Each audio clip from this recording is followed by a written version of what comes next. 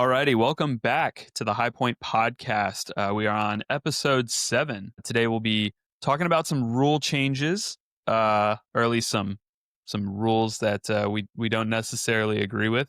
I'm your host at Rick High Jr. Of course, we have my lovely co-host at JDub Tynes. How are you, Jacob? I'm fantastic. Cowboys win, so I can't be much better than I am right now. Yeah. I think that's one of the topics we need to talk about, bud. Okay. Without further ado, I can just jump straight into the warm-up notes. Did you have any games specifically that you want to cover that we could start with, or you just want me to go down my list? I mean, the only thing I really wanted to call out was the Niners-Rams game. We called that last episode. It was a banger. Fantastic play. Great play from both quarterbacks. Puka Nakua's on track for 2,000 yards, which is insane. Let me see. Heard a little bit of criticism from people about Sean McVay on that 4th and 1 call. They were saying Stafford's been on fire. Kyron did fumble. But aside from that, man, I thought Kyron Williams was getting it done. And not just because he's on my fantasy team. He had a monster fantasy day. But the drive after he actually fumbled, he caught the pass to convert a 4th and 3 to set up the game-tying field goal. So he did some good stuff too there. Unfortunately, that sometimes it's just how it goes. So that was a banger game though. Yeah, absolutely. Another Thursday night thriller. I feel like we're getting a lot of them, and we're getting spoiled on Thursday nights. It probably ends this week. Last year, the Thursday night games were stinkers, dude. They were all snooze fest.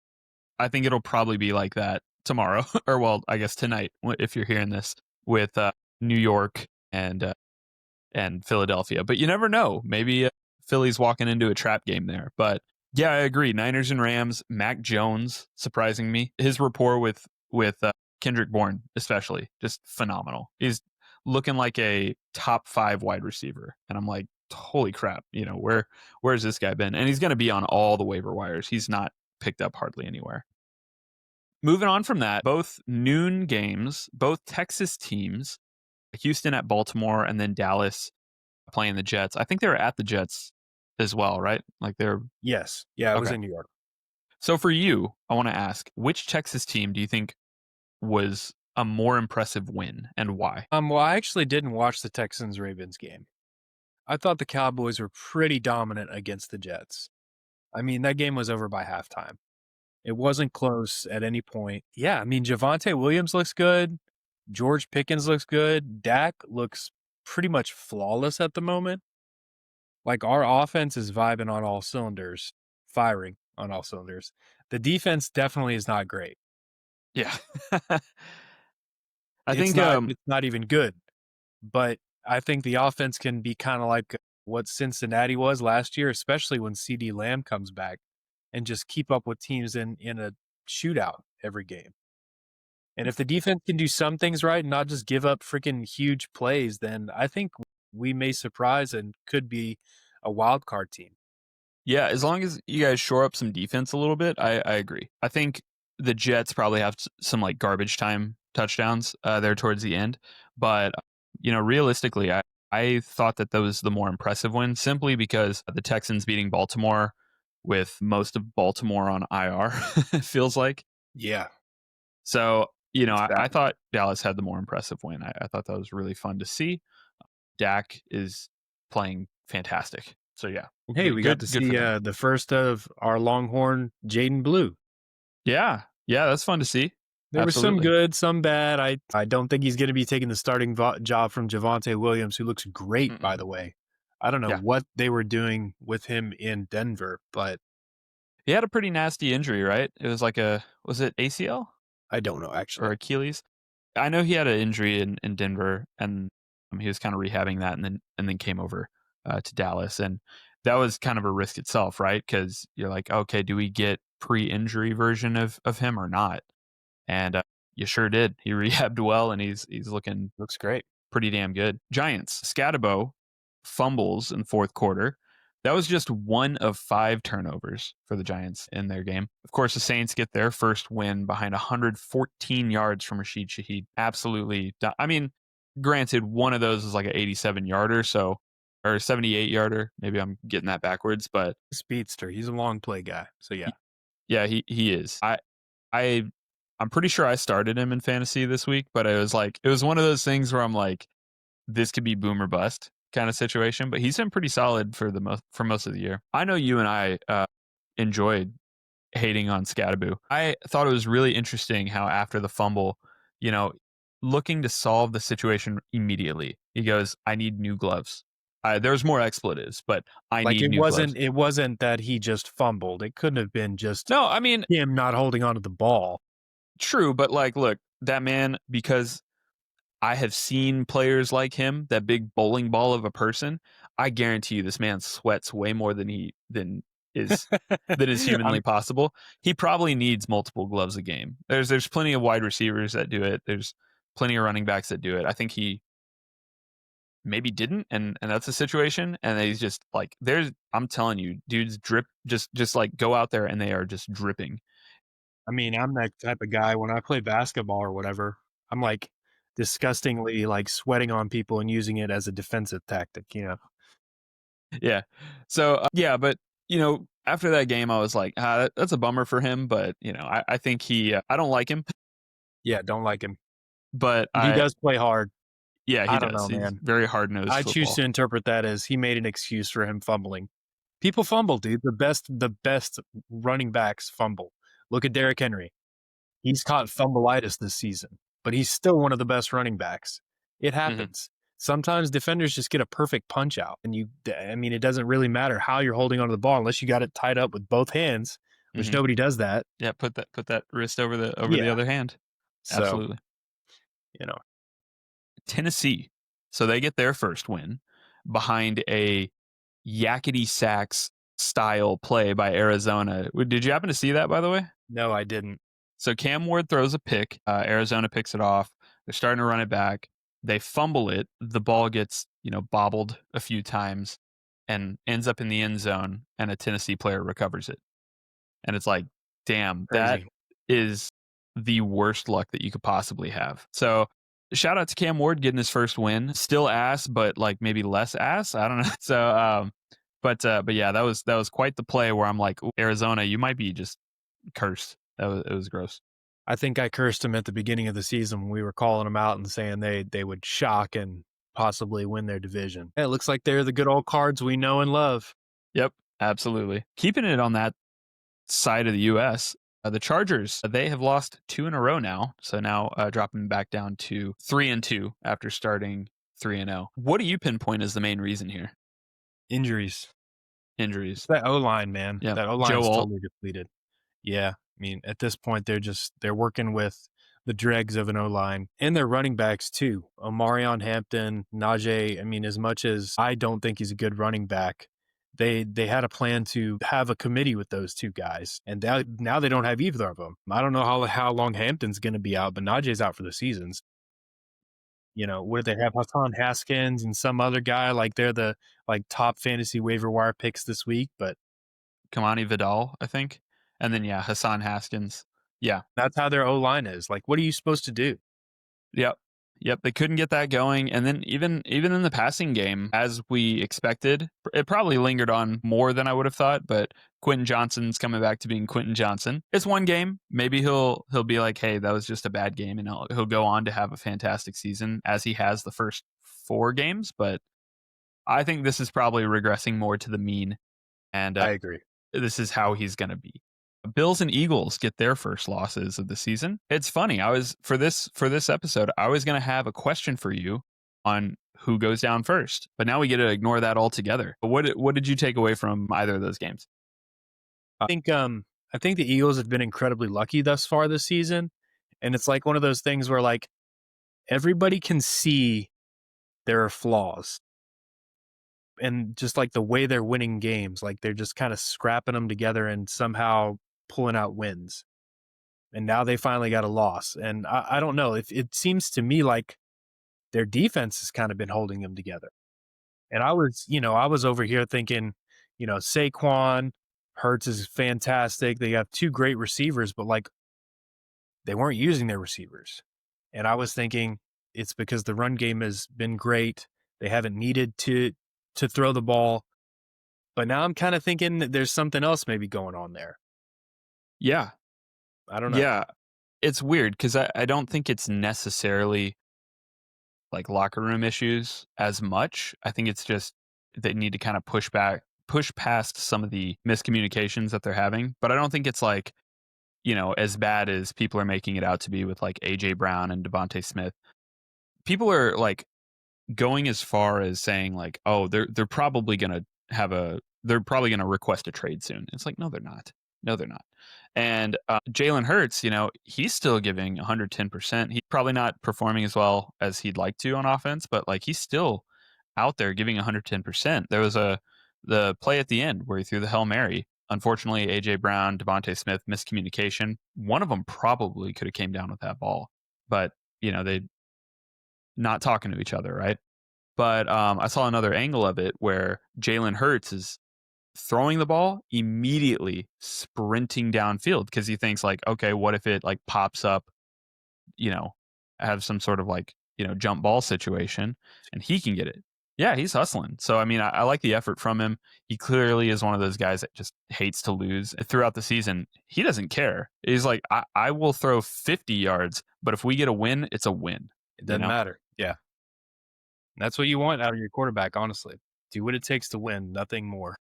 Absolutely. But I also want my quarterback to throw like 300 yards, to be fair. But yeah, with the Bills, obviously they just played a much better team. Not better team than them, but like overall, I think New England is probably a top 8 team to me. I think they were looking really solid. Stephon Diggs was looking a lot better now. I think start of the season, coming back from an injury, there was a little limping out the gate. And now, like the last 2 weeks, he's assumed that number one receiver spot for sure. Yeah. absolutely just like we said, or well, just like you said, actually. Because his competition in the way was Booty. That's it.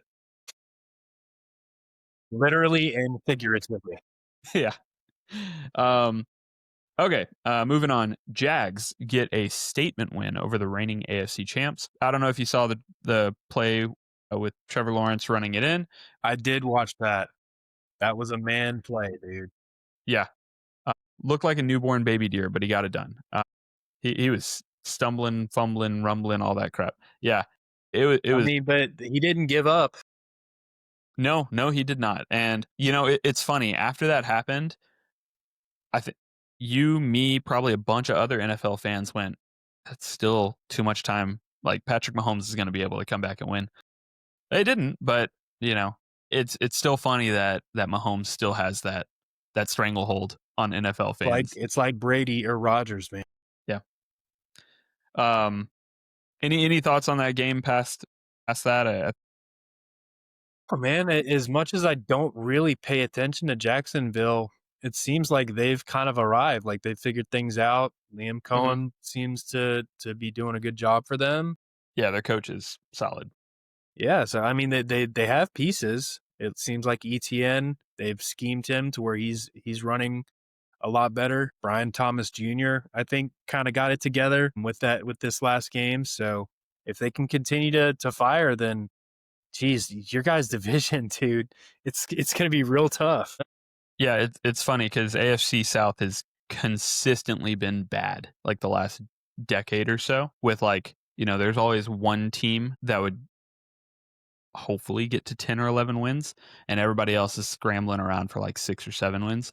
And this year it's like, okay, Texans might be good after all. We just kind of stumbled out the gate, played some really good competition and all close games too, by the way. Rams, Buccaneers, I can't remember the third, but all really close games. And then we get 2 wins back to back. Indiana Jones is leading the Colts to 4-1 and now Jacksonville 4-1.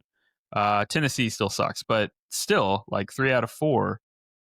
That's how the NFC North was last year, where they had all like they had 3 teams with 12 wins. Okay, so Bengals traded for Joe Flacco. Woo! Yeah. Personally, I think they're going to catch an elder abuse charge, but man, I am not excited for him behind that Bengals line. He's going to die. Yeah. I mean, I know Bengals are trying to hold things together and see if they can scrounge together some wins I was until talking Burrow comes back. Jake Browning so much, and They go and trade for old man Joe Flacco. Ugh. I mean, look, now Shadur is the number 2, right? He'd have to be. And then Flacco, of course. Yeah, Jake Browning's he's not gone, obviously, but Joe Flacco coming in to take the starting role, I would think. I don't think they're trying to I don't think they're bringing Flacco to be a backup, right? Well, maybe. I It's think they're wanting possible. somebody. I don't know who's their third string QB. I can look really quick. Yeah, go for it. While you're doing that, I'll just vamp a They little. didn't have one. They didn't Or have if they one. did, they might have released one to make room for Flacco. Oh, okay. Um, yeah. Well, with Flacco, I think just the veteran presence, he'll be able to connect a little bit more with Jamar Chase, with T. Higgins, Andre Yoshabas, even. I think that he can bring that veteran experience to it, right? And maybe that'll help them just be better wide receivers. We'll see. It looks like he is going to be starting. Yeah, that's what I would think. Moving on past that, the Mark Sanchez situation. Yeah, that's a funky one. I texted our little group chat and I was like, "Oh my god, like I can't believe this happened to him." Like, no, Mark, right? And then as more things have come to light, turns out he was kind of the aggressor. And I don't know, what are your thoughts on that? There was an Onion article that I'm looking for right now, and it was just like, I'm not going to phrase it as good as the Onion article could, but it was like, dickhead in Mark Sanchez jersey turns out to be Mark Sanchez. That's classic Onion. So yeah, man, I don't know. It sounds like the dude was just being a dickhead and got stabbed. So he deserves everything that's coming to him. Hopefully, he'll lose his job as a commentator. I mean, it's just ridiculous. I mean, You shouldn't be obviously, able to get away with things just because you're a celebrity or an NFL quarterback or whatever. You should be held accountable like the rest of us.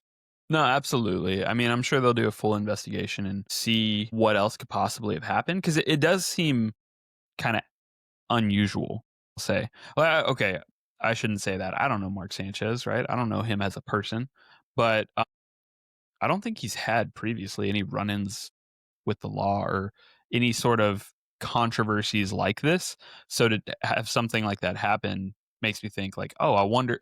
And I'm not covering for the guy. I'm just saying like, innocent till proven guilty type of situation. Like it's totally fine if he just like went to a bar to have a few drinks. If he got his drinks spiked and that was making him act erratically, that would change the situation for me at least. Yeah, for sure. But I mean, it still doesn't take away the fact that, he got stabbed because he was, trying to harm a delivery driver or something. Yeah, I'm sure, like I said, interesting situation, over one like that a I'm sure we'll parking monitor. spot or something stupid. Just how do things escalate to that point? Yeah. Yeah, I don't know. And that's the thing. It's not like from what I've seen, it's not like the driver was in Mark's way or something. He just decided to take offense to it for some reason. Yeah. I'm sure more will come out. We'll hear more about it, and we'll have a more nuanced opinion when it does. But for now, it's just a interesting situation. Last thing, of course, because I know you're a big fan. Did you listen to the Taylor Swift album? Only what I've heard from my wife. Well, what's her favorite? Not the one about Travis Kelce's dick. Okay, fair, fair. Hey, look, she's a grown woman. She can write about whatever she wants to write about. Little interesting though. Okay, I liked the opening track, "Fate of Ophelia." Yeah, I heard, yeah, that was a good one. I haven't watched the music video. I've heard that's good, but it's catchy, whatever. my wife showed it to me. She likes the album as You well. watched it yourself like 10 times the night the album came out. I already know the choreography. What are you talking about, man? No, it's a shout out to her. I'm sure she's just gonna do the craziest numbers. So good for her. With that, we'll go ahead and move on to the big part of our pod. All right, so we're gonna jump into our main topic today. Rule changes. As we know, there's been some controversial rulings this year already. And then we're also going to dive into some that I think as fans we just hate, right? Um, if we want to just complain about them, that's fine. I think we should also try to make an effort to, um, suggest a way to fix them. How's that sound? Yeah, for sure. Alrighty. So the first one up, we got the Tush Push. Oy, this is tough, man. Yeah, obviously, kind of made famous with the Philadelphia Eagles lately. Um, I think, let's see, I think they tried to ban this over the off season, and it failed by like One two team votes, proposed to ban it. and it failed by like 2 votes, I think. Um, Obviously, something that is complained about, highly, especially by people that are playing the Eagles. Nick Sirianni has said like, "Hey, if it's legal and it works, why wouldn't we do it?" Um, is this true football, or is this rugby, or yeah, is it just formation abuse? How do you feel about the tush push? What do you like? What do you dislike? I mean, I do think it's football, okay? But I think the Eagles have found a way to abuse this. And the past, maybe not this weekend, but a couple of weeks before, like at least 2 weeks in a row, I go on Reddit after the games are over and you see multiple instances of their offensive linemen lining up in the neutral zone and false starting. And the refs don't do anything about it. They don't call it. And you can call that, a championship, no call, whatever. But when it's multiple linemen and it's happening multiple times a game, it's just inexcusable to me. The refs either need to call the neutral zone and the false starts. They need to keep a closer eye on it. Like either they need to call it properly or they need to ban the play because it is an abuse. It is an abuse of the rules. I agree. I think there's been too many instances of being in that neutral zone, um, false starting, but still getting away with it. Um, I am not 100% sure if I'd be okay with banning the play because it does seem I like, don't like the idea of banning a play. That's stupid to me. You have to ban something conceptually about it. Like what is it? Abuse. Like, and that's what's tough for me. I'm not a football theorist or anything. yeah, because to me, you're lining up linemen. You are taking a quarterback draw and getting those running backs pushed. Like that is football. Everything about that is football, right? Hey, my guys are stronger than your guys. We are going to get we're going to get an extra yard. We're going to get to the goal line, whatever it may be. So like, I don't have any issue with the play itself. If we can police it a little bit more, I'd be okay with that. So my thinking is this. So like in terms of just the play itself, I feel like the defense is hamstring because you can stack the box as much as you want here. You see, they got the 5 linemen, they got their wide receiver AJ Brown out right, real tight. Everybody's real low up against the ball or whatever, and they've got their four deemed linemen there, 2 linebackers out wide, and their 2 DBs out real wide too. The defense is not allowed to like make a jump over the line, right? That's what I feel like is the difference here. That you can't, if they're going to just full send and send everybody forward down low like that, then I feel like the defense should have some other tool to be able to counter that. Yeah, I like feel they like should be able that's to how it's abusive. do The a leap defense is over. not allowed to make a play. They're because of the rules, they're not allowed to make they're not allowed to make as good a play as they can against the ball, and that's why it's so successful. It is a personnel thing too. Yes, Jalen Hurts is great at what he does, and it's a great concept, but it is abusive too. That's just my take. I don't know. I don't know if allowing defensive like linebackers to jump over the line that's obviously not a great call for player safety, but like what else can you do? I really don't know. So there's a couple things, right? You could limit the amount of players that can assist the runner. Like with their formation, they get I don't even know who it is here. I think it's Dallas Goddard and Saquon, right? And they're both right behind Hurts, and they both push. Yeah, limiting it to Maybe one. that's fundamentally the problem, is the being able to be push another player from behind. Didn't they recently make that change? Right. I think it was previously banned, but they were okay with it and brought it back, I think. Um, and then now, hence why there's so much success with them doing it here, and now they're trying to ban it. Maybe you disallow it behind the line of scrimmage. You only allow it once you've gotten past LOS. What do you think? I I think the way I would solve it is either one, limit the number of players that are allowed to assist the runner, right? Have only one player back there being able to, Pusher.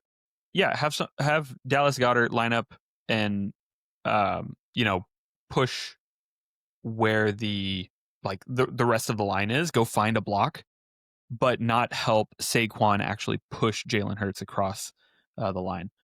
The other thing, and I don't really care about that one that much. I'm going to be honest.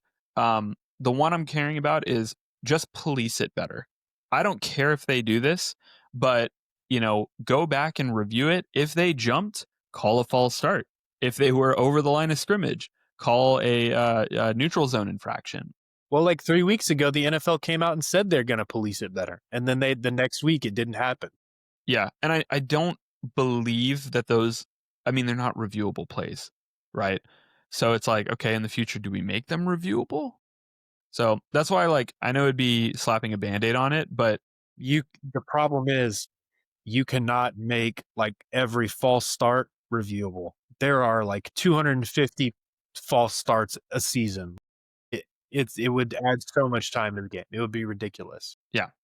So I think at least a middle ground would be limiting the number of players allowed to push. Next one, overtime rules. God, we hate this, and I think it's simple. Nobody Really? wants to see a tie. Yeah, I think nobody wants to see a tie. Um, I I think the NFL and there's what you're like international soccer. That's the only place you can get a tie or a draw. Um, it's ridiculous, and it's on one hand, the easy fix is do what college does, line them up at the 25, and then just go back and forth until somebody's not able to score. It's the NFL, a lot higher talent, so we're not going to see a 7 overtime game. We'll probably see 2 at most. But that's still way more fun than just seeing shit, 40-40, guess we're done. Like, what? You don't even have to have, there's like the 15-minute clock or 10-minute running clock. You don't even have to have that. You get 4 downs, you start at 25, you have to score, you know? I think the problem with that is the NFLPA would never go for it. Having like an untimed down situation Mm-hmm. that could potentially keep going and going and going, and saying there potentially could not be an end to this until basically one of the teams drops dead from injuries. They're never going to go. Yeah, I guess that's more of a player safety issue, isn't it? Yeah. So that you have to find a balance between what will the NFLPA allow, and for a regular season, you do have to keep things in context. Like, how much do we really like? Do I hate ties so much that I would rather see like my starting quarterback go down from injury because of it? No. So you have to find some way to do ties safely, in a way that's not going to stretch out indefinitely, that allows both teams to involve all 3 phases of the football, the offense, the defense, and the special teams. It's tough, man. I don't know. I was researching a little bit earlier. There's a lot of ideas out there. There's some funny ones about like, if it gets to the point where it's going to be a tie after, that one overtime period, like line the kickers up and have them do a kickoff, like keep lining them back and back and back and see. No, Yeah, sudden death, field goal as shootout. if kickers aren't already one of the most important things on a football team, that you would make them even that more critical. Which, I mean, hey, that could be fun. We might actually see some kickers get taken in the draft instead of just, signed afterwards. Um, Play some importance on that position. Yeah, I did see that one as a joke, obviously. Um, I still think, okay, you're right. You can't have it go on forever. But maybe then, if that's the case, can we at least go to that up to a certain point and then call a tie? Because it's a lot less likely. I would prefer that over just 15 minutes of normal football, if that makes sense, right? Um, it's like if my option is our current overtime rules, each team gets the ball at least once. They play for an extended amount of time you know, until the game's over, basically. Or college rules, but maybe they only go to like 3 overtimes at max. And if it's still tied at 3, then it's a tie. I just think the likelihood of it being a tie is higher with the current overtime rules. And I think if they did it in a college style, then there would be significantly less. Even if you stopped it after 3 overtimes and said, hey, after 3 overtimes, it's a tie. That's what I think. Roughing the kicker. Let's talk about kickers, man. This one. Can we go back to overtime real quick? I wanted to point out sure. 2 things. Go for it. All right. So one I wanted to remind everybody of is the XFL overtime rules, because I thought they're hilarious. What are they? The XFL's overtime rules, each team gets 5 opportunities to convert a 2-point conversion. The defense would score 1 point with the turnover. So 44 players will be on the field at the same time in the overtime session, with both teams' offenses and defenses on the opposite side of the field. That's ridiculous. So both are going on at the same time? Yeah. You got your offense and your defense both playing on opposite sides of the field.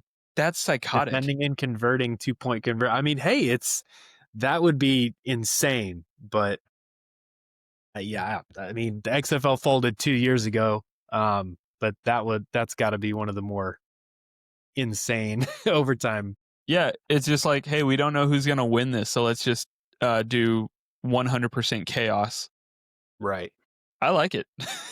That's ridiculous. The other one I wanted to bring up, but this is not mine. I found it on Reddit, but this guy says, have both offenses start at the opposite team's 40-yard line. Flip a coin to see who gets the first play. Teams alternate plays versus the defense until either a touchdown is scored or the drive stalls. If no touchdown is scored and both drives stall, whichever team gained more yards wins. No field goals in overtime. Still gives both teams an opportunity to touch the ball. I like it, but you're swapping out your offense and defense every single play. Am I understanding that right? Teams alternate plays versus the defense. Yeah. Yeah, basically. That would be so annoying. Maybe you can change that and say a set of downs each. You alternate a set of downs. Yeah. 3 plays, 4 plays, right? And then you say, if both teams score a touchdown, whoever did it faster wins. Oh, that's crazy too. Make time a factor there. We might see some crazy stuff. I don't know. This is one where I'd love to go to comments. Like, what do you think, listener? What should be the fix to overtime rules, or any of these rules that we're going to mention? Roughing the kicker. This one's one of the annoying ones. I'll let you dive into it. I know you suggested this one to be on here. Yeah, dude. It's okay. So there's a roughing the kicker, which is the more severe penalty. It's a personal foul, automatic first down plus 15 yards. So the team that's punting basically just their offense gets the ball back. The more minor penalty is the running into the kicker. That's a 5-yard penalty, no automatic first down. And the difference that I found online is running into the kicker, the less severe one, you can essentially make contact with the kicking leg. The roughing the kicker only happens whenever you run into the kicker's plant foot, essentially. And if I think maybe this is the problem that I have with it. The referees are instructed to whenever there's a you don't know whether they actually ran into the plant foot or not. You assess the roughing the kicker, the more severe penalty for player safety is what they say. I hate that. I think that can totally change the entire momentum of a game. And I don't know, I just feel like last season in particular, I saw several instances where it was like, what? Like, just the eye test. The kicker, the punter was never in danger. Like, the defender's not trying to hurt the punter. The defender's trying to make the play on the ball. And if it's incidental contact to the plant foot, like even if they just touch or breeze by the plant foot, that's not roughing the kicker. I don't know, and maybe this is more like a discretion thing, but I don't like this penalty. I think it should be called less than I've seen. And I think when I looked at PFR, it had only been called like 5 times last season, but still, that just seems like too many to me. Every time I see the gunners going for a punter, they're trying to make a play on the ball. They're not trying to tackle the punter. Yeah, very rarely have I seen them actually try to hit the punter. It's always, I am trying to block the kick, right? It's different with like roughing the passer. They're trying to hit the crap out For of the sure. quarterback, They're right? trying to kill the quarterback. Absolutely. Nobody's doing that to kickers. Let's be real. They're just trying to block the ball because that's more favorable than, tackling the kicker. So, and there's instances here as well with the, like running into the kicker, roughing the kicker, whatever you want to call it, where the kickers are also kind of incentivized to flop a little bit. Yes. So, okay, I hate going to this because I feel like it does delay the game and takes away from the spirit of the game. But maybe assessing that via replay assist, but that's hard to do, right? That's still discretionary. In my mind, why can't the team that's punting just hike the ball back further? Yeah. So you're saying like, oh, just get rid of it altogether and just, hey, suck it up, try to be better at punting. Get rid of the roughing the kicker call. Unless it's like under extreme circumstances, you can keep running into the kicker or whatever, because that is for player safety. I get it. You can't just be making players running into the punter like without regard. They have to be making a play on the ball, but make the punter go back a little bit further. So they're not at risk of getting that block punt if you're really worried about it. And because you can say teams are putting their players at risk by placing these punts. Yeah.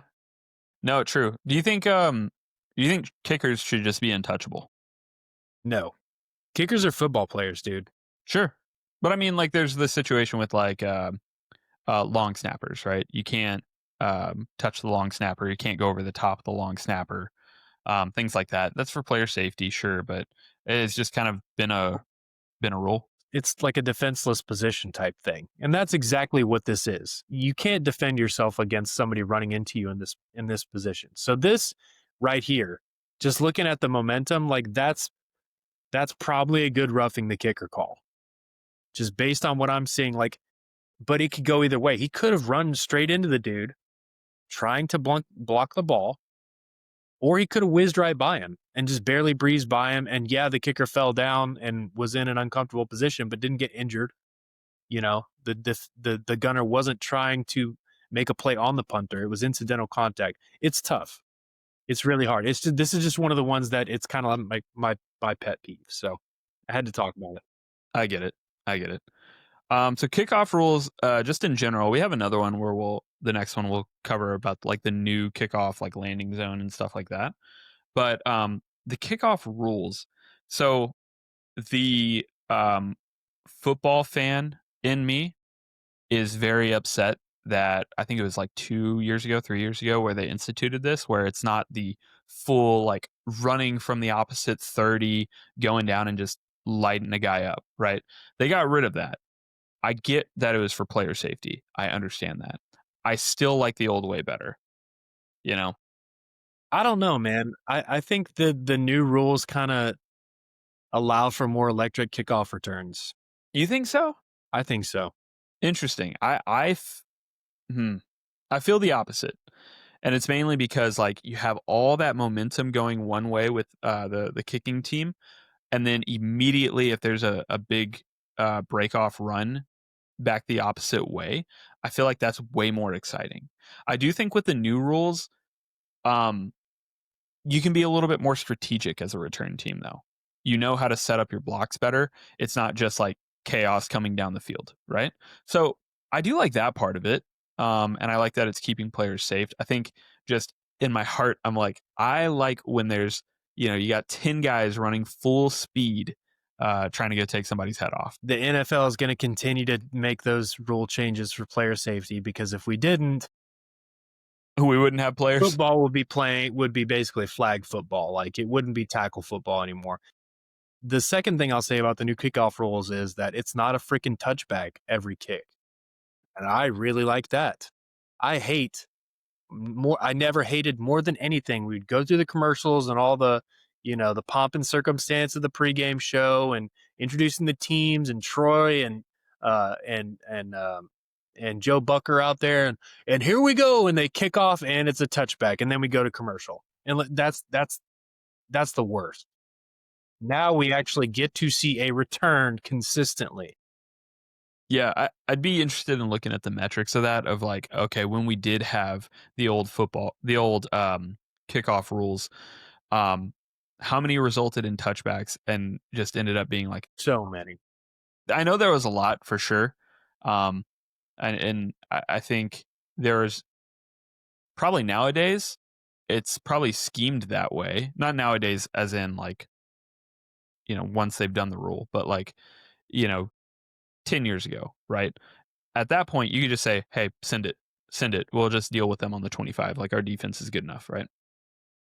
So, um, I don't think there's a way to fix this. This is just one that I brought up because I'm like, the fan in me, the football that I played growing up misses I feel this, you.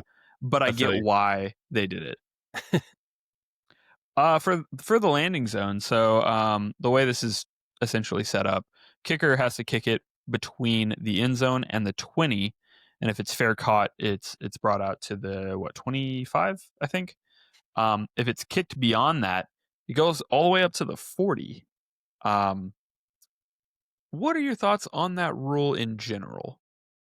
It de-incentivizes touchbacks. Okay, so you're cool with this one too, then?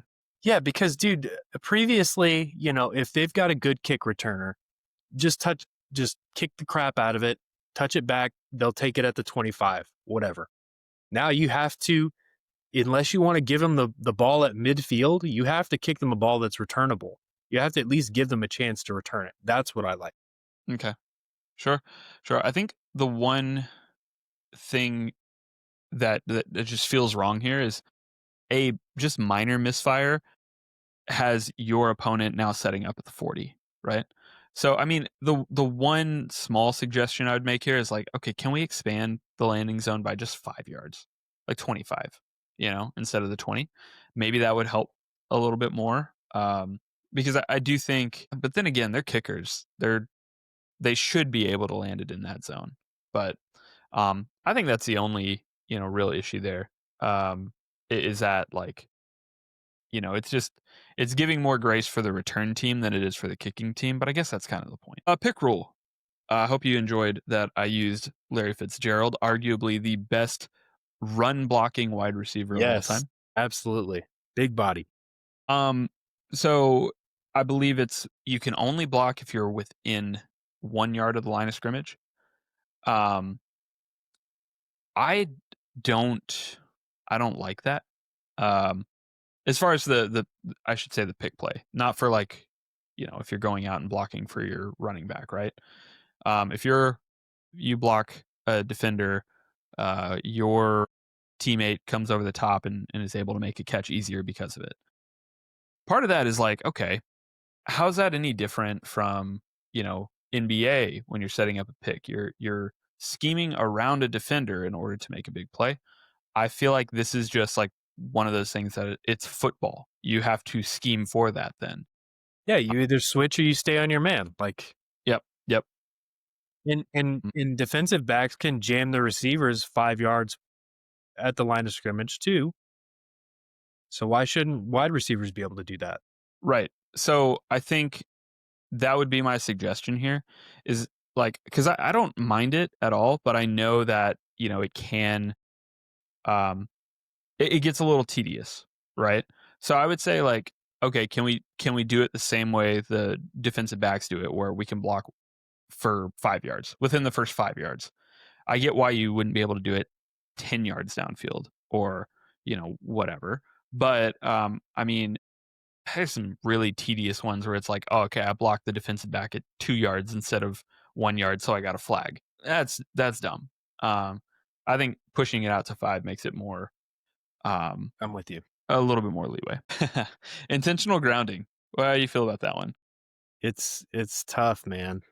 I man, it's just always kind of a judgment call. There's like so many different things you got to be out of the pocket. It's complicated. It's To me, it's too much of a judgment call on the ref, I agree. and that sucks.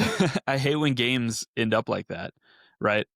Um, the only fix I see for this though is, um, we can use technology and we can measure out if it's within a certain range of the wide receiver, right? I like that because it makes it a little bit more definitive. We don't have to go to a ref each time to make that judgment call you know to do that. But then again, does tech, in your opinion, does tech take away some of the spirit of the game? No, it takes away the potential for misjudgment from the refs and also like abuse. Yeah. You want to talk about the NBA, man? Refs influence games there all the time. It happens in the NFL too. Yep. And, I think, on one hand, it makes some officials look really stupid sometimes when they're, especially if it's like a bang bang play, right? Just speaking about tech in general, not specifically intentional grounding, but like, when you're calling an out at first base, right? That is such a close call that, to the human eye is difficult. So, then they're like, okay, cool, let's go to, replay. And on one hand, I'm like, okay, good. Now we know what the actual call should have been. But if I'm the ref, I'm like, why the hell would I take this job anymore? Because this sucks. If every time I'm getting corrected, and typically officials are a little high and mighty with their calls and thinking that they're always right. So, um, so I feel like that would probably bring a little issue for them. But as far as intentional grounding rule, um, yeah, I think that would be the fix that I would like to see is like, okay, maybe a GPS type of situation where we know for sure this was in 5 yards of this receiver or 10 yards of this receiver. Therefore, it's fine. He was in the area. That's fine. I like that. I wouldn't have any opposition to that at all. And it would be quick and easy to, just you have the rule team or whatever up in the sky looking down on everything. Check the replay really quick, check the data, phone it into the head ref. Like it's easy. Yep. Taunting. Wholeheartedly get rid of this crap. Yeah, this I is stupid. love when players are able to talk crap, whenever they're able to throw up the deuces, whenever they're able to point. I don't care. As long as it's not like physical contact, dude, you should be able to rub it in your opponent's face. This is football. Yeah, I have two specifications. One, like you said, don't actually get physical with another player. That should seem obvious. And two, and this one is, I know it's like fickle because you never know. And this doesn't happen anyways. You can't like make fun of another player's injury. That would just be in bad taste.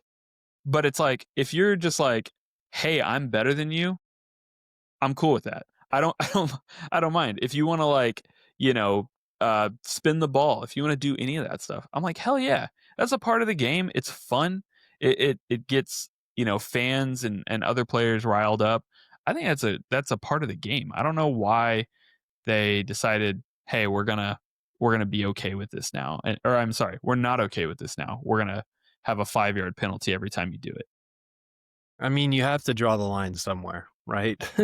Like, I think there's a famous civil court case that's like, I can't tell you what obscenity is, but like I know it when I see it or when I hear it. You know what I mean? And it's tough. Like you're kind of there's talking about judgment calls. Like it's on the it's on the refs at that point. Some of them may be really prudish. You know, like Joe Buck and Randy Moss's disgusting act. Like they may just be so personally offended by whatever the player did, but like maybe they misinterpreted it. It's Yeah. tough. It's yeah, but Do you think trash talk is just naturally a part of the game and it shouldn't be policed? yes, it should be policed. Shouldn't be policed. No, should not be. No, Yeah, absolutely not. that's how I feel about it too. Yeah, I mean, football is just as much of a mental game as it is physical. absolutely. And I mean, just for all the crappy FCC rules and stuff like that, I don't care what you say to your opponent as long as it doesn't get picked up on those mics and the whole, all of America hears you, you know, saying some obscene stuff. I don't care what you say to them, to be honest. So I don't mind that at all. That's to me, it's just a part of the game. Clock running and clock stoppages. Um, so in college, right, as you know, you get a first down. I believe it's just in the last 2 minutes. If you get a first down, the clock stops. In the NFL, it's not like that. You have to go downfield. Everybody sprint downfield. You got to clock the ball. Do you think it would be better or worse for the game if NFL had that same rule, where within 2 minutes, if you pick up the first down, the clock stops? I think it makes things easier on teams to manage their time. And would that be better or worse? It's probably more exciting to watch because it makes the offensive side of the ball more exciting. But at the same time, you're in the NFL. Like time management is very much part of the game. Mm-hmm. I think the defense should be allotted the advantage of the clock running. Mm-hmm. Okay. I think the offensive side of the ball gets enough advantages. I think the defense should get that as well. I kind of liken it to in college, a catch you can make it with 1 foot. In the pros, you got to have 2 feet. It's just it's a next level of difficulty up. Yeah. So I was gonna say that same thing. Is like at that point, it's more of a skill issue thing where it's like, okay, if you're playing in the pros, you're in the big boy league now. That clock's gonna be running. You just need to figure it out on offense. And that's fine. I guess that's a better answer than I was going to give because I was going to say do the college rules because I like it. Simply that, right? I like to see the build up. Like once they get the first down, they're all cheering, and then they're like, "Okay, cool, let's plan for this next play." And there's a little bit more build up to the game versus them all running down there to spike it. I think that kind of sucks. Like spiking it in general is so like I get it's a part of the game, but it's like Imagine this, okay? They get they get a first down or whatever, clock stops, and Fox immediately goes to one of their Fox fast breaks and shows you 45 seconds of a Gordon Ramsay Hexclad commercial. And that happens about 4 or 5 times in the fourth quarter like drive. okay, so that's the issue you have. I mean, you give them an inch, they will take a mile. Absolutely. The NFL has enough stoppages. Yeah. All right, so the last one, probably the most heartbreaking for you as a Cowboys fan, the clean catch / football move. This has been a topic for years, right? Prior to this, even prior to the Dez catch. I don't know if there's a way to fix it because we still don't know what a football move is. And every official will have a different interpretation of what that means. I don't know how to fix this issue, but it's been an issue for a very long time. I think they've done a better job at defining it, but it's still not there. And at the end of the day, I'm not sure there is a good way to define what is a football move. I think it kind of just comes down to the eye test. Like when I watched that Dez Bryant catch, that passes the eye test for me every single time. And I've rewatched it 100 times. It passes the eye test for me, but it did not meet the standard of a catch at that time in the NFL. Now today, that would be a catch. And everybody knows it was a catch, which is why they made the rule change. It's better. I don't know how much more changes they need to make to it to be more precise. And I don't know how to define that. I think that would be a really long discussion. But for me, it's at the end of the day, it's an eye test sort of thing. Okay, fair enough. And you're right. They have done a better job at it. I don't know if it's simply 2 feet down, control of the ball. Um, to me, that's all it would need. But I know it has to be some sort of movement along with it. Um, not just this ambiguous football move.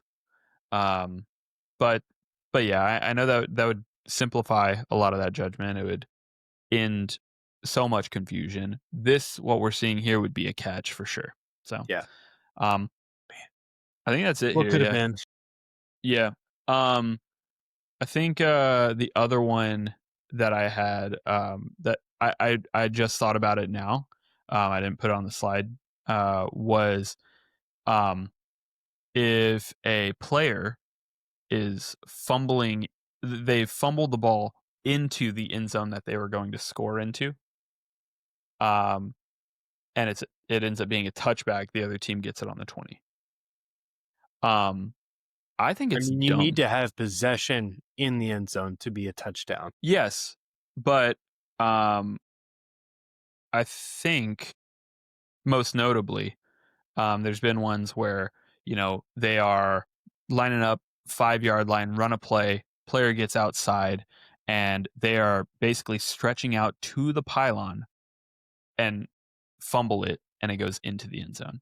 I think there was notably a Pittsburgh Jaguars game where that happened, and it ended up, the Pittsburgh ended up losing because of it. I think probably in that instance, I'd rather. So let's say that happens or whatever. The team's on 5 yard line. It's first down. That happens. They fumble into the end zone. Nobody's got possession. It just, fumbles back behind the goal line. I think that should be a loss of down. Offense retakes control of the ball at the 5 yard line. They don't get any sort of advantage of movement of the ball because they lost possession of it, but they do lose the down. Yeah. That's good. I like that. Maybe even you lose yardage. They put the ball back. So my thing was going to be, Because I feel don't like, think that the defense should earn possession of the ball just. were you just about to say you shouldn't just because the other team fumbled, even though that's the whole point? I'm right there with you though. I agree, and I think what I would do to fix it, similar to what you said, right? I still think the offense should retain the ball if they fumble it into the end zone, because it's not like the defense did anything of value to gain the ball back, right? Um, so for me, it's like, okay, offense should get back the ball, but automatically, if you fumble it into that end zone, instead of having it wherever you had it, you have it at the 20 now. And now it's 1st and 20. Reset the offense instead of giving the defense the ball. Yeah. Exactly. So give the offense back the ball, but it's, 1st and goal at the 20, right? Where, okay, you're starting from the 20, you have 4 plays to get a touchdown. Interesting. So I think that could be a decent fix for it. But okay, that's it. That's the big part of the pod. You want to jump into the to the games now, into the tip drill? All right, so we're gonna jump into our tip drill. For the first one, I want you to guess this player based on their career path, and we're gonna be doing all quarterbacks. All quarterbacks. Okay. First one up. Aaron Rodgers. Damn. All right. Cool. Let me Easy. walk through it first for the audio listeners. So we got this one is pretty easy. So we have the University of California to Green Bay to the New York Jets to the Steelers. I've also put up some icons that indicate what they have won or received at each stop. We got a green trophy that indicates they won a championship, a white ribbon to show that they won that champion's MVP.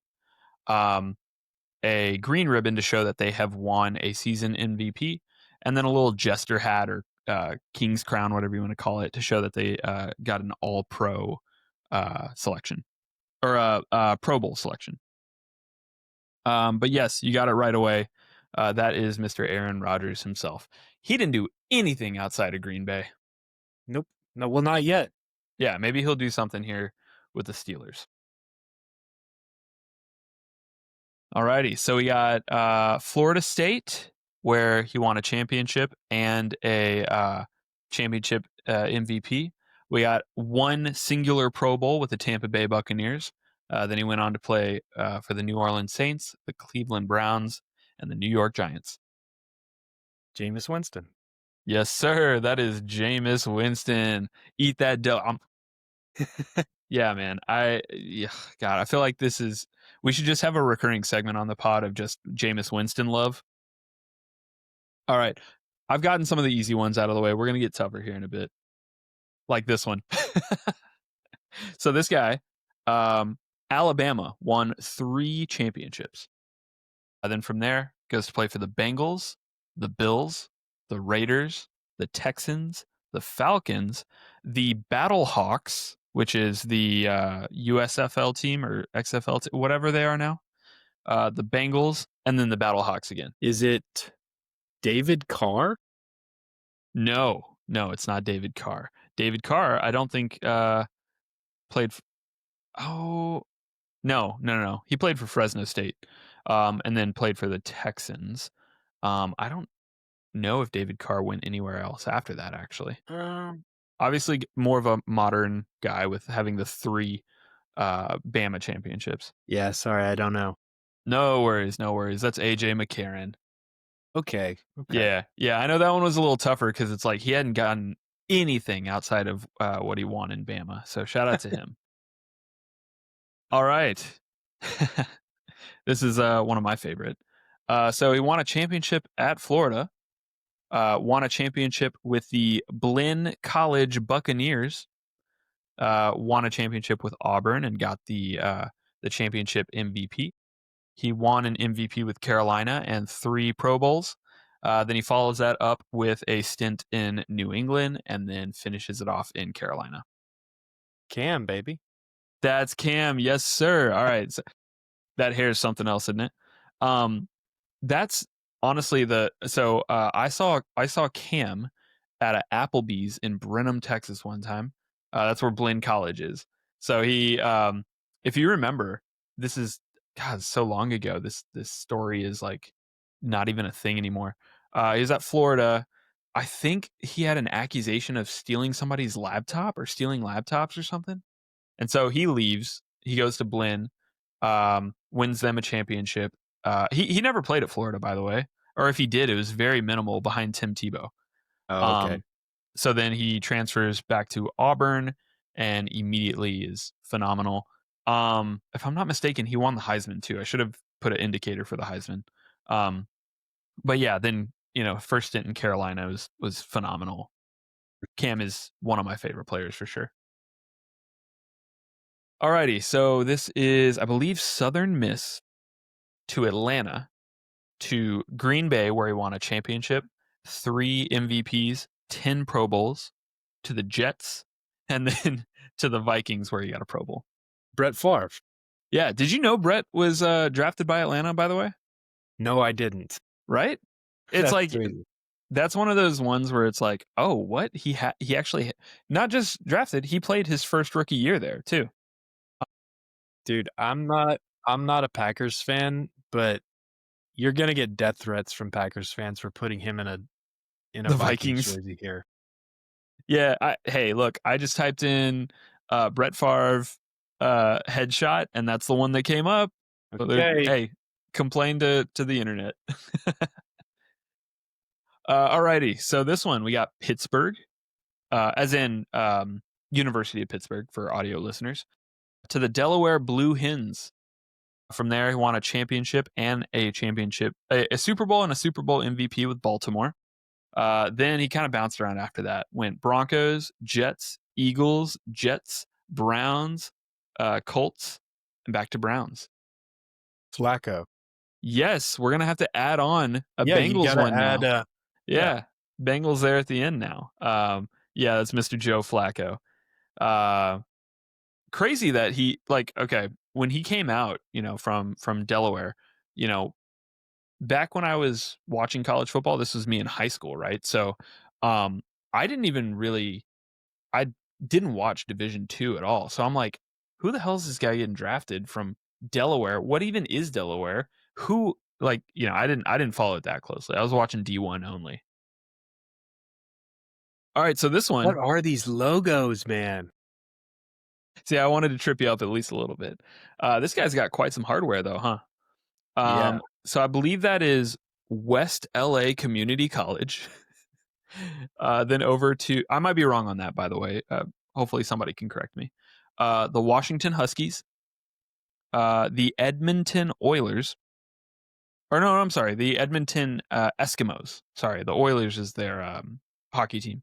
Edmonton Eskimos. That's their uh, Canadian Football League, where he won 5 championships, 2 championship MVPs, 1 regular MVP, and then a Pro Bowl, or their version of the Pro Bowl. 6 Pro Bowls with the Oilers, 2 Pro Bowls with the Vikings, 1 Pro Bowl with the Seahawks, and then he ended with the Kansas City Chiefs. Warren Moon. Are you Googling over there? I Googled it just a second ago, but I swear to God, Warren Moon was my answer Yeah. because of the Oilers. Yeah. Yeah, it's Warren Moon. Yeah, man. Shout out to him. What a well spread out career here with like hardware everywhere. He didn't just, one shot in one place. He was good and well rounded here. Never knew he played for the Seahawks or Kansas City. Yeah, yeah, I'm grabbing these just from Wikipedia. It might have been like he was a backup or he played 2 games or something like that, right? All right, so this player, college-wise, went NC State and then went to Wisconsin. Got a championship with Seattle. Got 9 Pro Bowls with Seattle. Then went Denver. Went Pittsburgh Steelers, where he also got a Pro Bowl, and then went to the Giants. Let's ride. Yes, sir. Mr. Russell Wilson himself, Broncos country. Let's ride. Um, yeah, this one's funny. I actually didn't know he got a Pro Bowl with the Steelers last year. Like, that's actually kind of shocking because I thought he was terrible. So, He wasn't great. no, no. But see, this is what I'm talking about. Some of these guys, they have all their hardware in one place, and then after that, they just kind of fizzle out. That's it. That's the last one for that Interesting. one. How many did I get right? You got quite Most a of few. them. 1, 2, 3, 4, 5, I didn't get AJ McCarron. 6, 7. Yeah, so you got 7. 7 out of 8. All right, next one, we're going to jump into a draft. We're going to do the NFC South. I believe I got the first pick on the last draft, so you get this one. Oh, I think this is easy. Baker. You're going to go Baker with the first pick. That's I have to. You have to. I think he's head and shoulders the best quarterback in this division. I think so as well. I don't think it's close right now. I'm going to go wide receiver. And, unironically, like I know he's a rookie, but I'm going to go with Igbuka.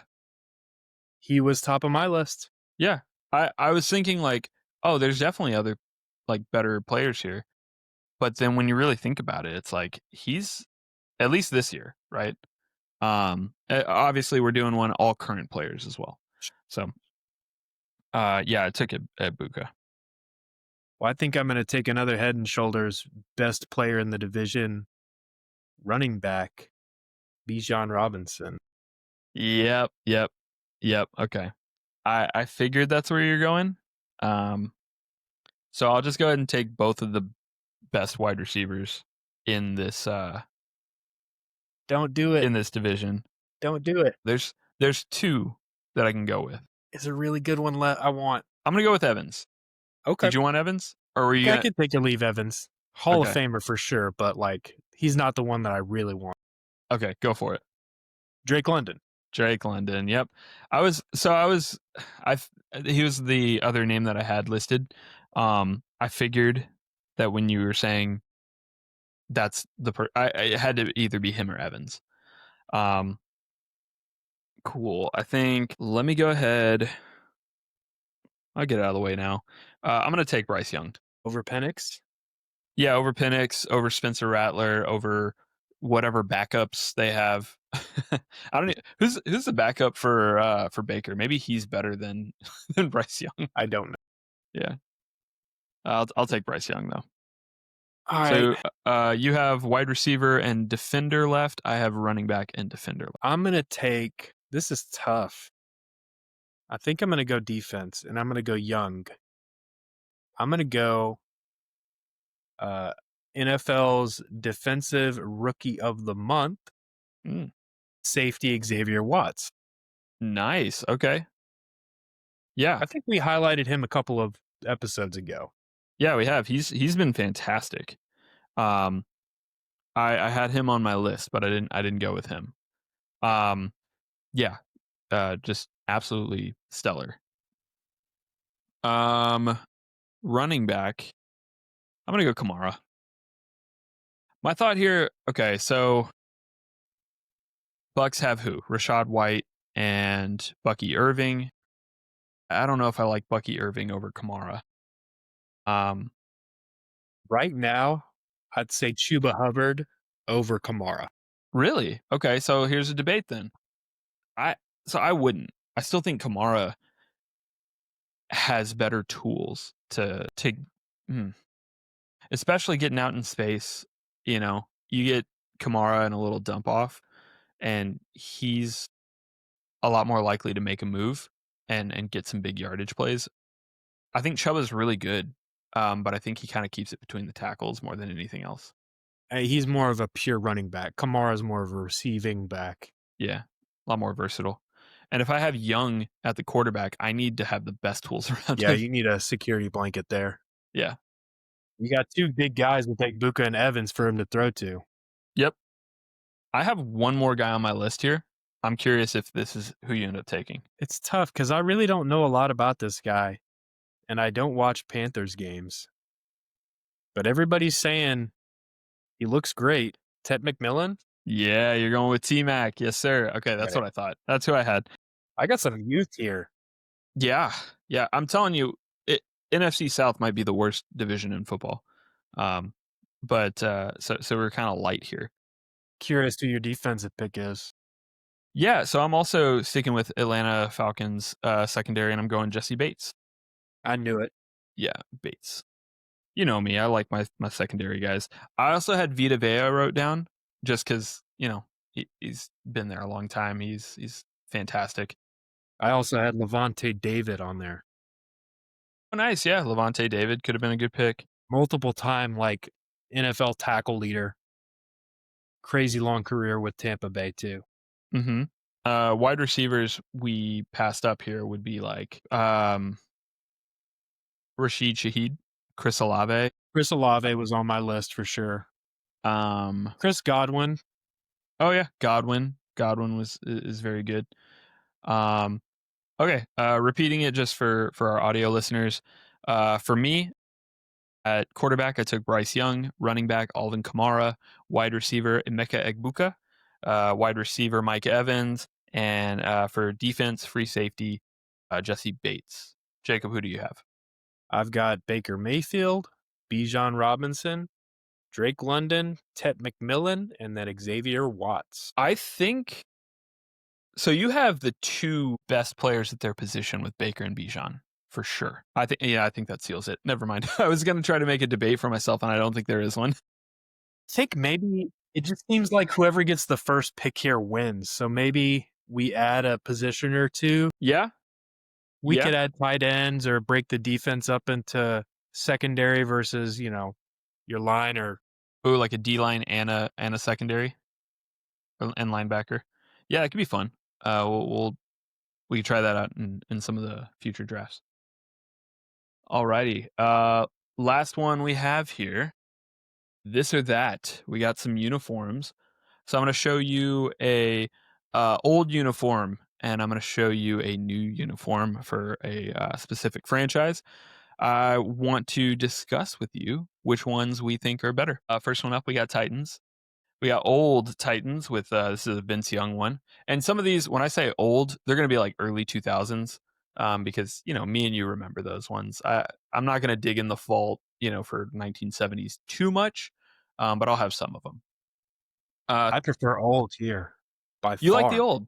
Tell me why. I do. I think the new looks way too boring. There's not enough color on it. I mean, the Titans logo has red, dark blue, and that light blue, and they're not utilizing any of the colors properly in this new uniform. It's awful. I think that old one's great. Do you do you like the dark blue helmet for the new one over the white helmet? If you put the dark blue helmet on the old uniform, I'd like it. It doesn't seem like it matches the uniform right now. Okay, that's fair. I mean, if it was a white helmet and just do full stormtrooper with the red cleats too, that might be I cool. could see But that. I think I tend to agree with you on that one. I think it's because with Titans, as goofy as it looked, I didn't really like their like stripe along the shoulder pads. Across, from one end to the Over other. the shoulder line instead of like across the arm. Yeah, but on the flip side of that, the current one looks so boring, right? Yeah. You got the red Nike swoosh. I guess that's kind of cool, but it's just nothing. It's just an all white jersey. So we're going old Yeah, for sure. for sure on this one. Okay. Next up, Cleveland Browns. This is specifically the brown colored jersey. So the old one, we have the brown, we have the block letters in white, and then we have white and orange stripes going along the side. I don't know if you see that. This is a Puma jersey. It looks like it says Puma right there. I can't remember the last time, like when Puma made jerseys. That's crazy. Wow. And then of course their classic orange dome with a white face mask. And this is on the new side. This is their Alpha Dog uniform, according to what they call it, where it's just a complete brown out, I guess you would say. Brown pants, brown jersey, no outline on the number, just a block 9 in orange, brown helmet with two orange stripes going down the helmet. What do you think here? I still think old school, man. I don't like anything about this new. It looks terrible to me. Yeah. It needs Yeah. outline on the numbers. That orange just looks off. It's like it looks like it's satin almost. I just don't like it. And then there's the matte helmet and a shiny number that it clashes so bad. And I feel like the face mask also needs to contrast with the helmet. It's just a brown face mask. Yeah. Do you think it would like an orange or a white face mask would be better here? Probably orange, but there needs to be more orange accents on the actual uniform, like the top. I would like to see some stripes like along the shoulder pads to keep that kind of vibe consistent that you've had previously. Maybe some something down like the side. But yeah, I agree. This looked so basic, and I feel like a Wow. lot of the new ones have that type of situation to them where it's like, okay, we got to make everything clean and minimalist, and it's like it does look nice and clean, but there's something that is nostalgic about that old look of having stripes or having, you know, different accents to your uniforms, right? Here's another one where okay, so this is one where I think they actually did a good job, and they still kept some elements from the previous option. So we have the old Houston Texans. That's a David Carr right there for you. Yep. Where we got white top, blue pants, red socks. Um, we got the like blue cuts along the top of the shoulder pads that are in dark blue, and a bright red number. Um, and then in the new version, and with any time that they had some changes to their logo and or their color scheme, I also tried to put those up here as well. They went with a more vibrant red and a darker blue, almost black. Honestly, like you can barely tell that Is it's a dark blue. Um, and this is CJ Stroud here on the side, where I did like that they kept the cuts on the shoulder pads. Right, you have the blue and then a little bit of red in there as well. And then the number is that dark blue with red outline, like red piping. I feel like a broken record here, but give me the old. These new uniforms don't have enough color. Yeah, They don't have enough contrasting colors. Why are they all so same? yeah. To be fair, I think the first three I've picked some monochrome fits, um, and two of them have been in white as well. So that kind of, but still, with the old one here with the white and the blue pants, and honestly, the pops of red with the red numbers, the red socks, I think it looks clean. I agree. The old is better here, but I think the new Texans is better than the new Titans or the new Browns that we've already seen. I agree. I also think they need to change that color back to the old blue. That blue, that dark, like almost black, has nothing to do with Texas or Houston. I don't know. It feels weird to me. It feels evil. Yeah. Some of the newer, well, I guess they released it at the same time they did this rebrand, but the alternates where they have like the dark blue jerseys and the red letters, I'm sorry, red numbers and like the baby blue, like Houston light blue outlining I of the like numbers, those. those look nice. I'm cool with that. But I was trying to go like as close to the old one as possible, like with the white jerseys for these. But all right, so the next one we have up here, the Pittsburgh Steelers. And if you'll notice, there is a subtle change to their logo. They put a black outline around the the existing logo, so basically no change. Um, but anyways, the old we got the block letters. We have the big shoulder pads with the stripes down towards the bottom, towards like the bicep or so, versus this new look where you'll notice they have like the specifically the different style of numbers, which to me, this is what I've seen for the most part of my football watching time. So this is the one for me where it's like I like the new better. What do you think? I absolutely agree. The Yeah. old's a little bit too boring. I mean, it's very football. Like I've seen so much old footage of this Steelers uniform specifically, but I prefer the new one. I think it's got the right amount of contrast, color usage. I don't know that I like the font of the numbers here. I think I might have gone with something more industrial looking for the Steelers, but it still works with this uniform. I disagree on the numbers. I think, and again, I think it's only because when I grew up, this is the Steelers that I watched. So there's some nostalgia playing in here, but like this, I don't even know what style or font you would call it, but it's very much more like slender. Um, this is what I remember. This is Heinz Ward. This is Roethlisberger. This is Palomalu. Exactly. So yeah, that's what I like. Next one. What do we have? Blurred out the logo.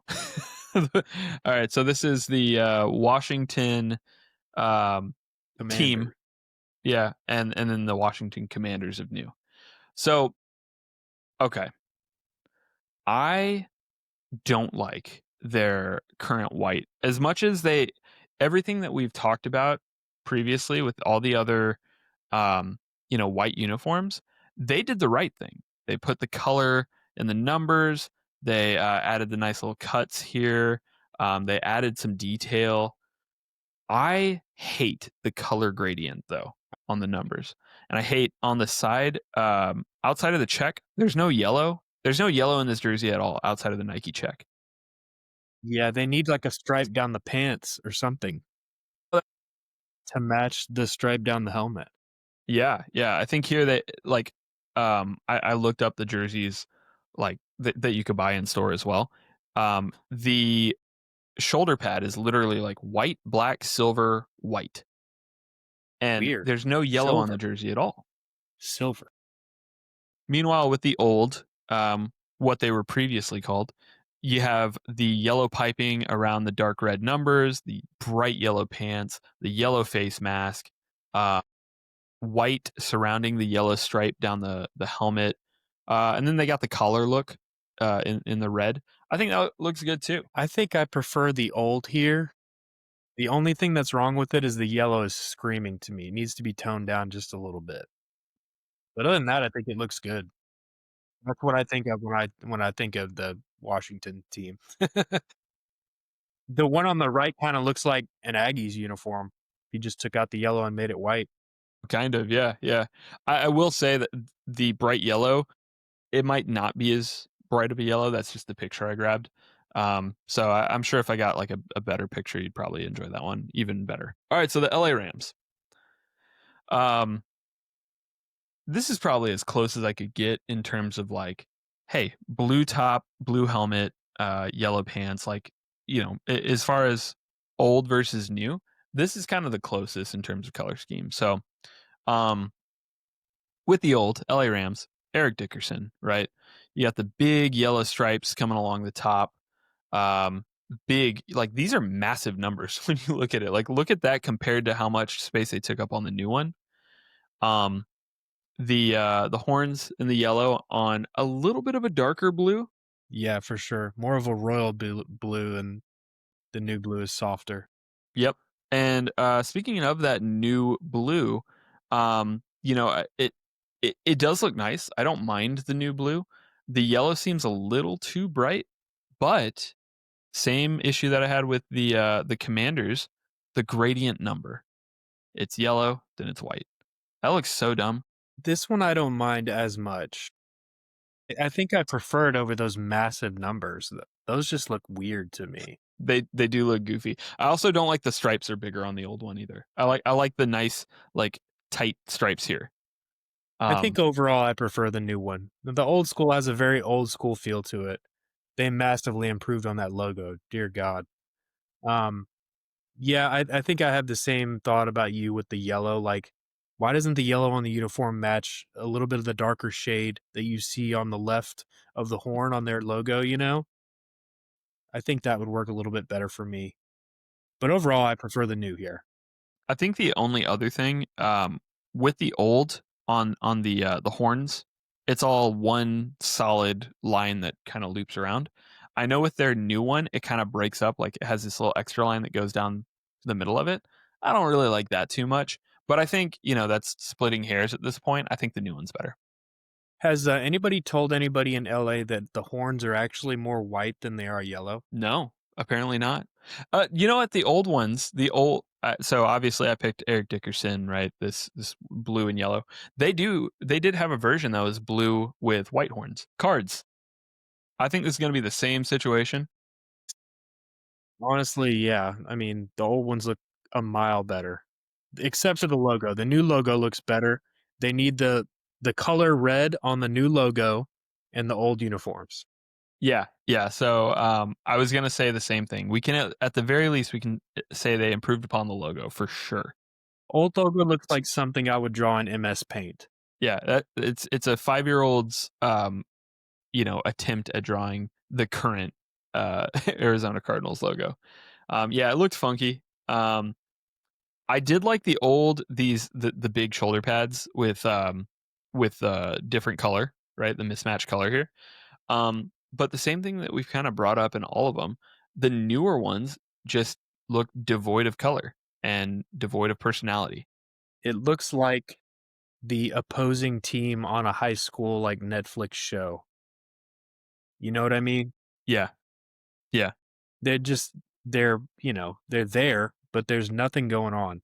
I much prefer the rivalry uniforms of the Cards over these because at least they have something. yeah. There's some personality there. This is just so boring. Yeah. I think we talked about it. I didn't really like the speckling on the new uniforms, or I'm sorry, on the rivalry uniforms because it looked just dirty versus actually having like a cool look to it. But yeah, these ones they're giving Ohio State but not as cool. Yeah. Yeah. Vikings. So, old here we got Randy Moss and then new we got Justin Jefferson. Um, you'll notice mainly it's going to be the number changes. It's going to be the jersey material, and then the actual domes themselves. They were shiny back in the day versus that like matte color that they have now.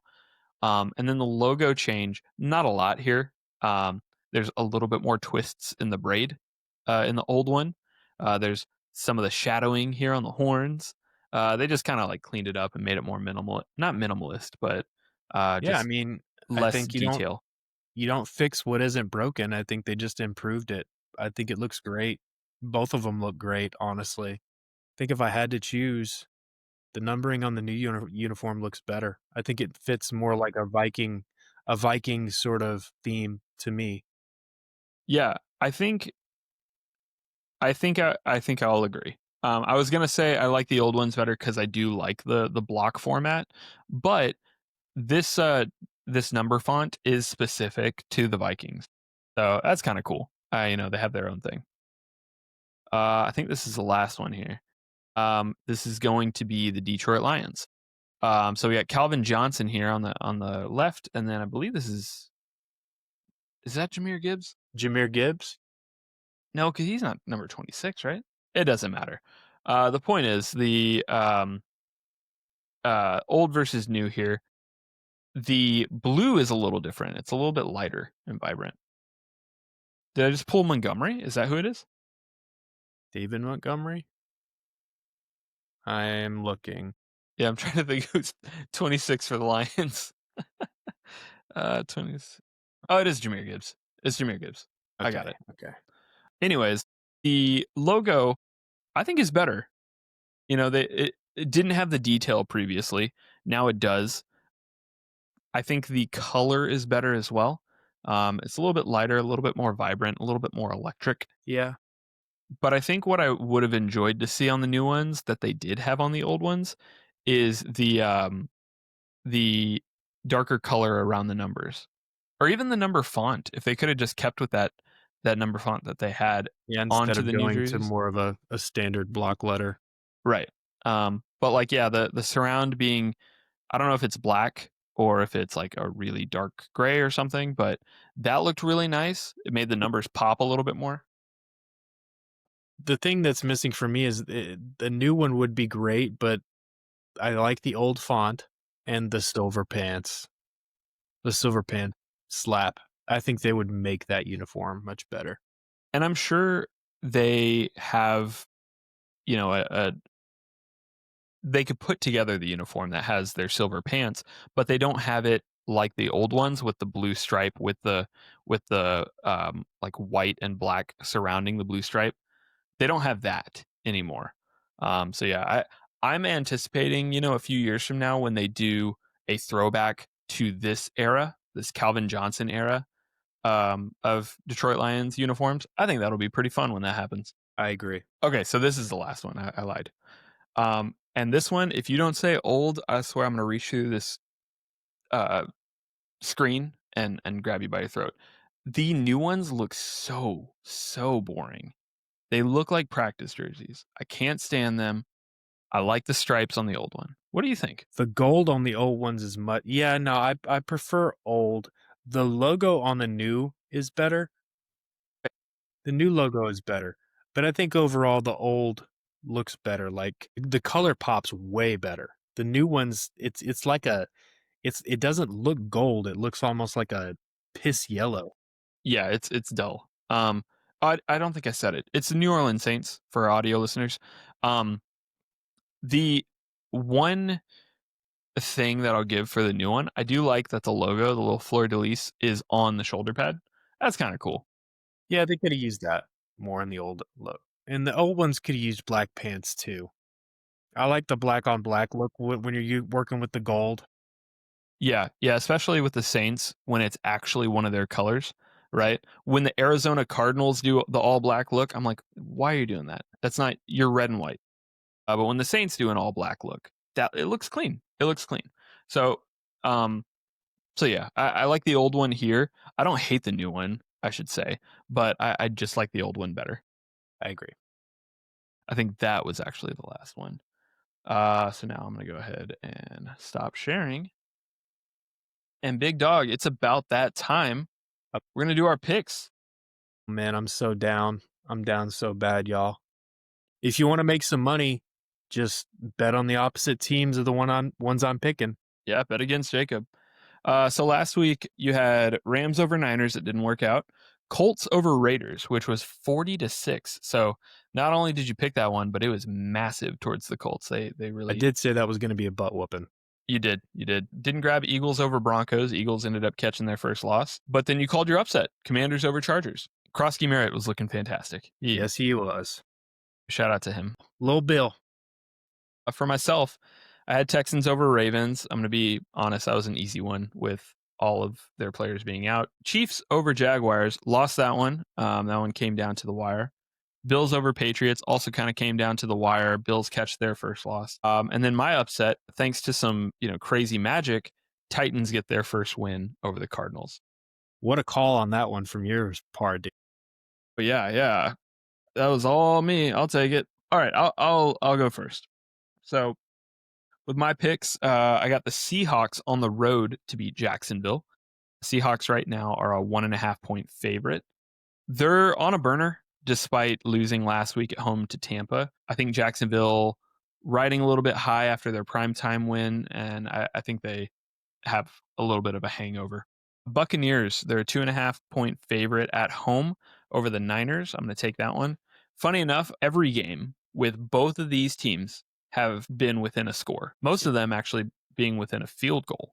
That's how close the Niner games and the Buccaneers games have been. Both of these teams could easily be 5-0, or they could easily be 1-4. Right now, Emeka Egbuka is the rookie of the year. I think he's going to continue to get behind the secondaries in this game. I don't have the point spread here, but Detroit picking them to go into Arrowhead in prime time to upset the Chiefs. I think their rushing attack with Gibbs and Montgomery outpaces the Kansas City offense. I think this one's going to be a shootout, but I think the Chiefs have a hard time stopping that duo of backs. And then my upset, you might cry about this one, but we're just gonna have to deal with that. Because Dallas is a 3.5 point favorite, but I'm going to take them to lose in Carolina to the Panthers. Right now, Carolina's undefeated at home. They're 2-0 at home. Carolina's run game, Rico Dowdle having a little bit of a revenge game. Exactly. I think that's going to overwhelm the Dallas D line. They're pretty terrible this year. I think Bryce is going to be able to get something going in the pass game against Dallas's last place pass defense. Especially, by the way, if Bland and Diggs are out. I know both of them right now are listed as questionable. They'll probably play, but if they're out, back. We need him desperately. Yeah. But if they're out, then I don't see a lot of hope for them. What are your picks? All right, so I've got Denver riding high over their win against Philly over the Jets in England. That'll be 8:30 a.m. on Sunday. I think the Jets just are going to be Jets. Although I like Justin Fields for fantasy and he's an electric player, as a team, they need to get it together.